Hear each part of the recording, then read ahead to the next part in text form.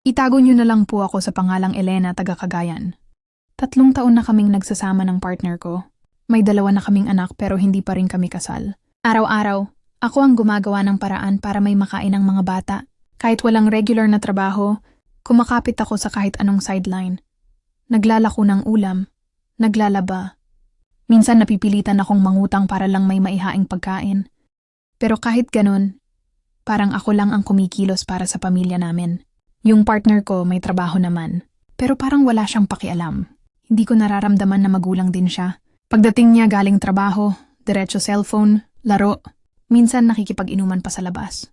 Ako, halos hindi na makatulog kakaisip kung saan ako kukuha ng pambili ng gatas at bigas.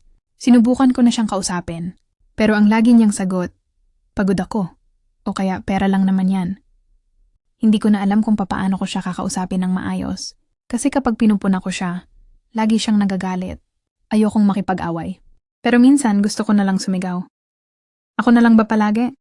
Pagod na akong magpanggap na okay ang lahat. Gusto ko lang ng katuwang, hindi dagdag na pasan.